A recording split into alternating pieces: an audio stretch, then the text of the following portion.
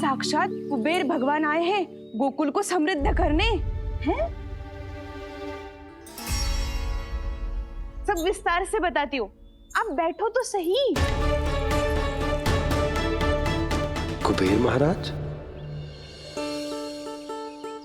चलो जोड़ी बनाते हैं।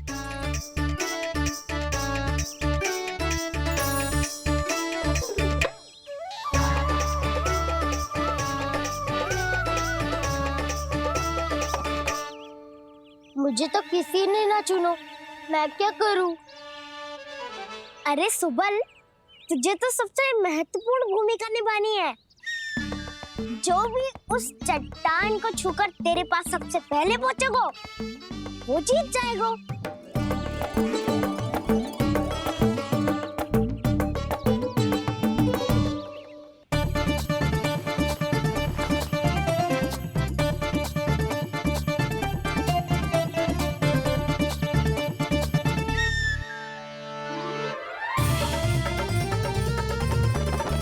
आरंभ करो।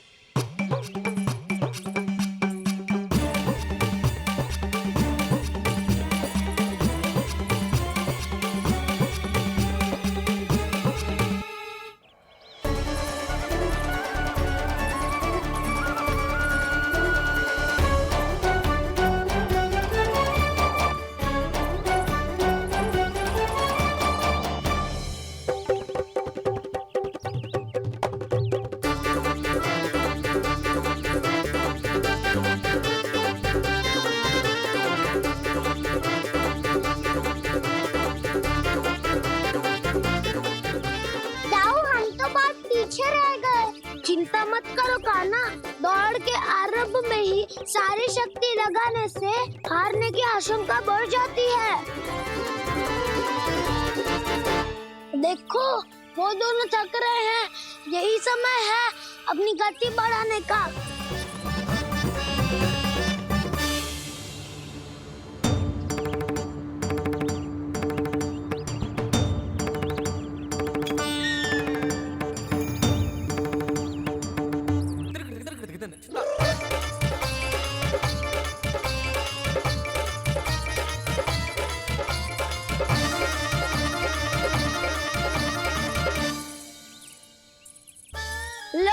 हमारी जोड़ी सबसे पहले पहुंच गई। देखा मेरा बलदाव का बल।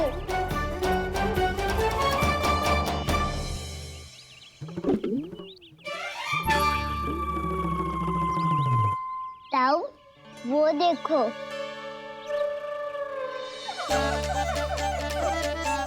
मैया,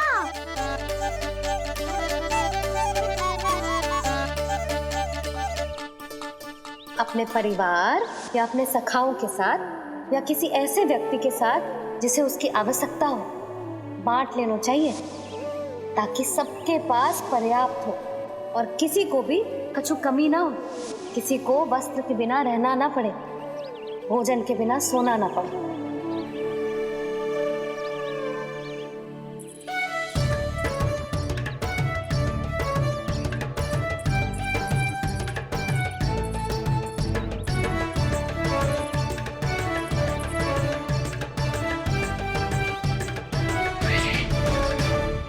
लग तो है इससे भूख लगी है।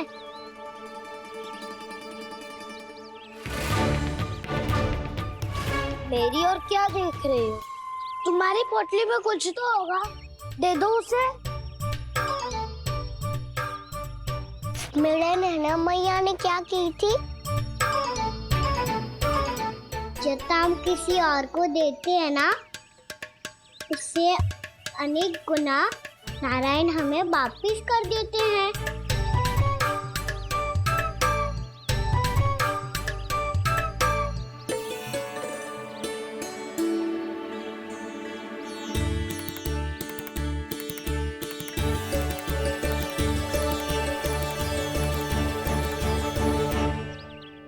ओहो, अंतिम रोटी थी, पर वो तो मैं खा गो। अब तो बस मेरे हाथ में माखन लगा रह गो है।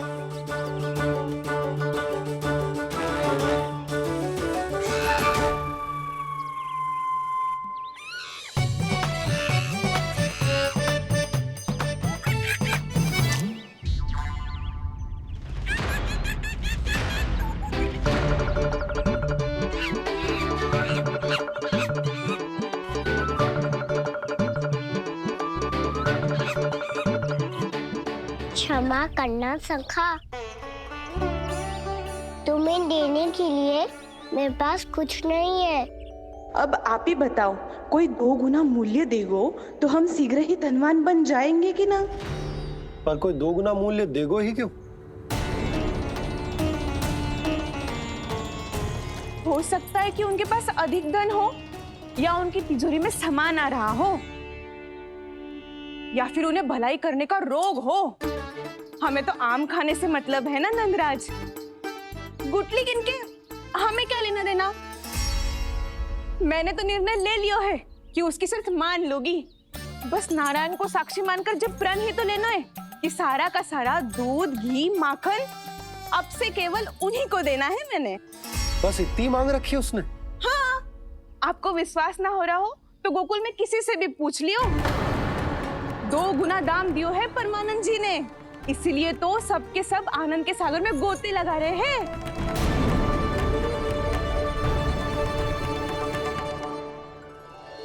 हे नारायण, सुनी है गांव वालों को 2 गुना लाभ हुआ है आज। पर मैं तो माखन बेच ही ना पाई, क्योंकि हाट जाने के लिए कोई साधन ही ना मिलो मुझे। ये नया माखन अभी अभी बनायो है मैंने। प्रतिदिन जो माखन निकालती हूँ सबसे पहले आपको चढ़ाती हूँ, ये सोचकर कि कभी तो आपकी कृपा होगी।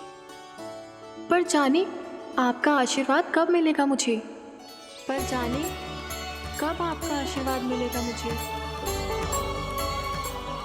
यदि इस बार भी मेरा माखन बेकार हो गयो ना, तो सच्ची कह रही हूँ, कल से भोग में आपको कुछ भी ना चढ़ाऊंगी मैं। कल से भोग में आपको कुछ भी ना चढ़ाऊंगी मैं। कान्हा, मुस्कुरा क्यों रहे हो? वानर महाराज की भूख कैसे मिटानी है पता है मुझे। कैसे? माखन से। पर माखन कहाँ मिलेगा? सावित्री मौसी के घर से। तो क्या तुम फिर से माखन चुराने की सोच रहे हो? डाउन मेरी बात प्रश्न ही नहीं उठता, इसकी अनुमति नहीं दूंगा मैं।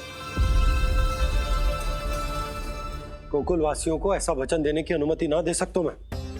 बिना सोचे समझे कैसे वो किसी अपरिचित व्यापारी के शब्दों पर विश्वास कर सकते हैं?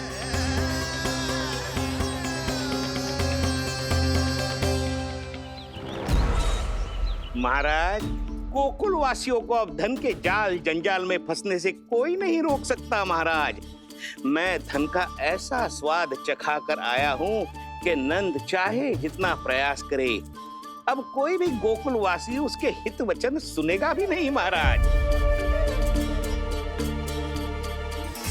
ये बहुत गंभीर बात है, हमें सभा बुलानी होगी यशोदा। जशोदा जी, आप भी कुछ कहो ना नंदराज से। जे अधिक ही सोच रहे, इतनी चिंता करने की कोई आवश्यकता ना है। आवश्यकता तो है। वैसे तो जब कोई लोभ के जाल में फंस जाता है तो उसका बाहर निकलना असंभव है, किंतु फिर भी अपनी दृष्टि चौकन्नी रखना और कान गोकुल में होने वाली हर हलचल पर, क्योंकि मैं नहीं चाहता कि उस छलिया विष्णु अवतार का कोई भी छल मेरे मार्ग का रोड़ा बन पाए। अवश्य महाराज।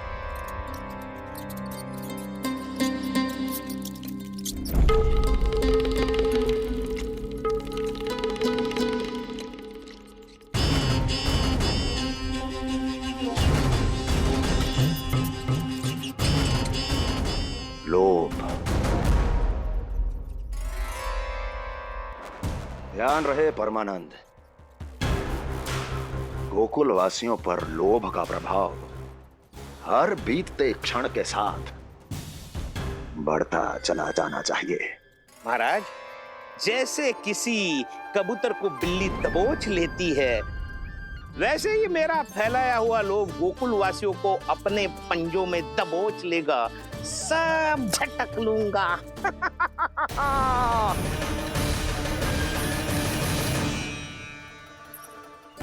इससे पहले कि माखन पीला पड़ जाए, उसे आंच में तपाकर घी निकाल लेना चाहिए, ना तो पूरा का पूरा माखन बिगड़ जाता है।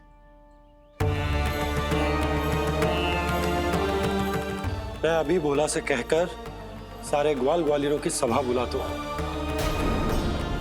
मुझे सबसे बहुत महत्वपूर्ण विषय पर बात करनी है।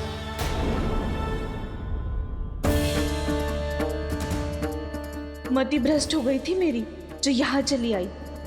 अब कहीं ऐसा ना हो कि मेरा धनवान बनने का स्वप्न धरा का धरा रह जाए। सुलक्षणा, चिंता मत ही करो। अरे हम सबसे पहले तो वे अन्न के बारे में सोचते हैं। वे गोकुल वासियों को लोभ के फेर में कछु अनुचित ना करने देंगे। कहा ना मैंने, तुम्हें कुछ भी अनुचित करने नहीं दूंगा। दाऊ हूँ तुम्हारा। हाँ तो अनुचित बात करने देना दाऊ। पर मैं तो भलाई करना चाहता हूँ। भलाई? किसी की अनुमति या सहमति के बिना उसके यहाँ चोरी चुप के माखन खा लेना भलाई नहीं, चोरी कहलाती है। सखाओ, तुम ही बताओ, किसी भूखे प्राणी के लिए भोजन की व्यवस्था करना क्या तो है? भलाई। पड़े पड़े माखन चढ़ने के स्थान पर किसी का पेट भरे, वो क्या तो है? भलाई। किसी की मन की इच्छा पूरी करना क्या हो तो है? भलाई। ठहरो ठहरो, चोरी करके किसकी मन की इच्छा पूरी करोगे तुम?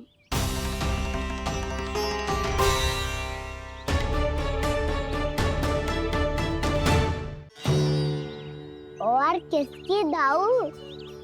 स्वयं सावित्री मौसी की। वही तो चाहती है कि मैं उनके घर आऊं और ढेर सारा माखन खाऊं।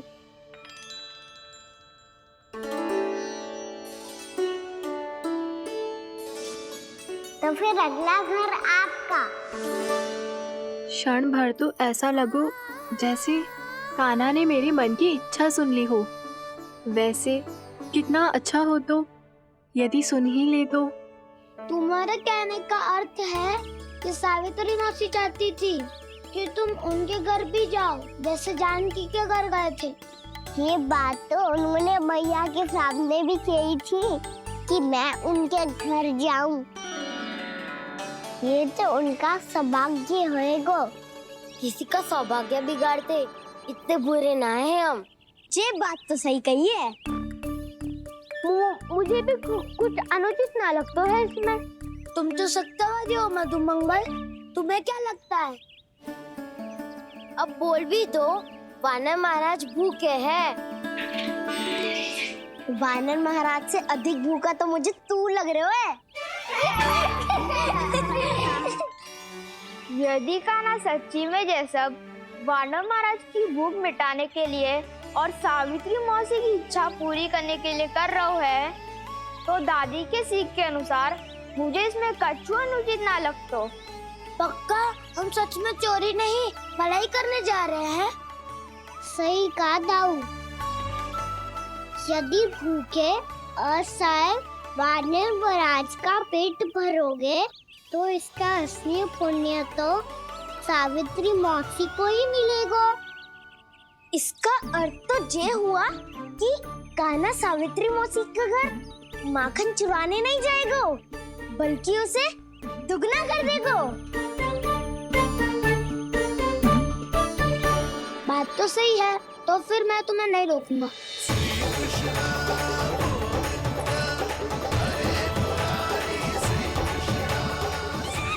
पर इस बार हम तुम्हें अकेले न जाने देंगे सखा। हाँ, हमें भी पुण्य अर्जित करना है और माखन भी।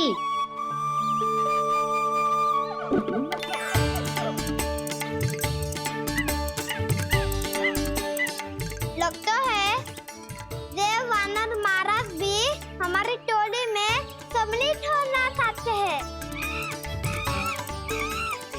सबको ये कला सिखानी पड़ेगी। सही कहा सका।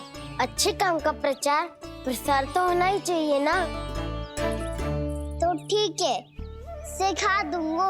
और हमारी टोली कहलाएगी शौर्य विद्या प्रसारण टोली।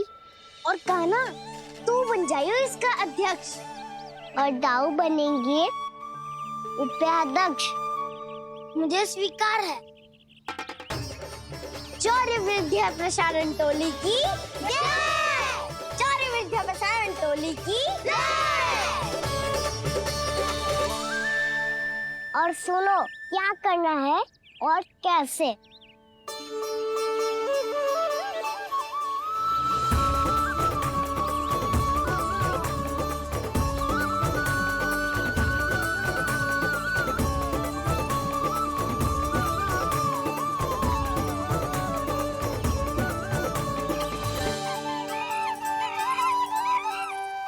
आया कन्हैया रे, आया रे माखन का चोर।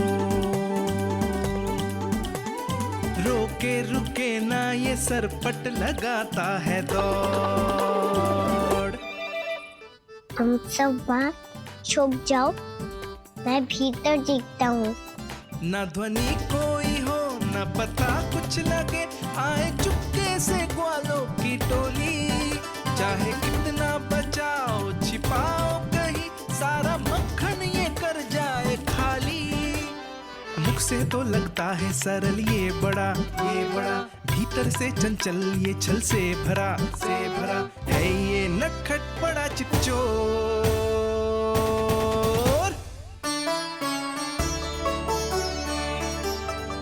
इतने ऊपर टांग रही हो मासी। कान्हा सच में आ गए हो तो मैं तो धन्य हो जाऊंगी।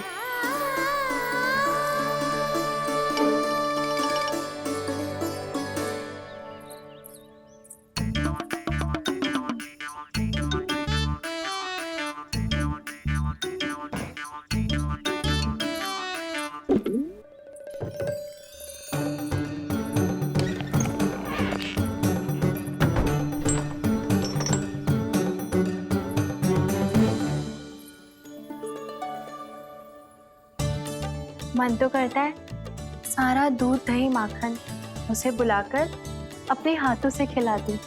मुझे बुलाना भी चाहती हो और अनजाने में मेरे लिए कठिनाई भी बढ़ा रही हो।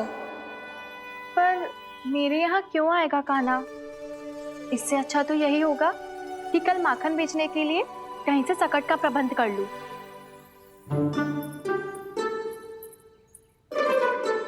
छुप जाओ, छुप जाओ।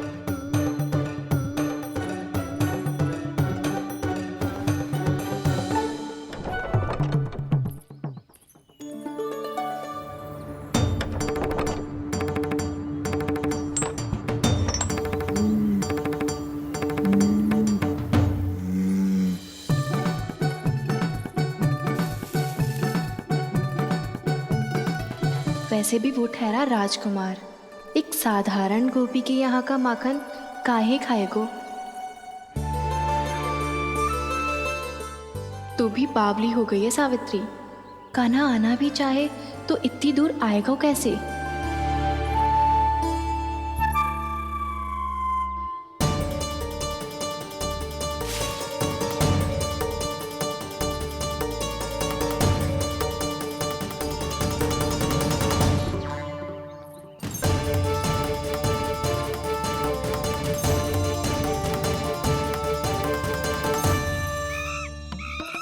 ओ मैया,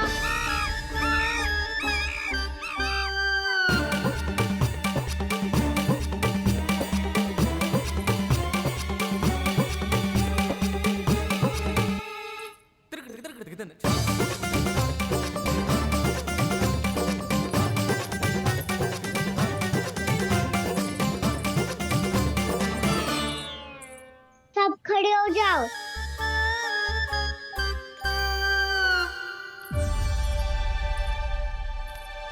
सच्ची मैं भी कितनी बावली हो गई हूँ ना। जब नंद भवन की ओर जा ही रही हूँ तो कान्हा के लिए थोड़ा सा माखन ले जाती हूँ।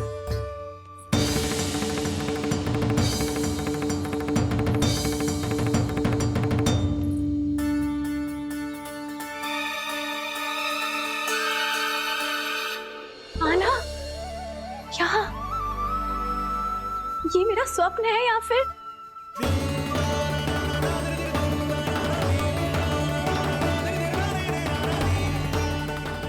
ये सारे बालक यहाँ क्या कर रहे हैं कान्हा के साथ? क्या जानकी सत्य कह रही थी? कान्हा यहाँ पर माखन चुराने आया है। मुझे स्वयं जाके इसे माखन खिलाना चाहिए। चलो सावित्री मौसी के वापस लौटने से पहले मैं कार्य समाप्त करके वापस भी जाना है। कोई पकड़ी मत जाना।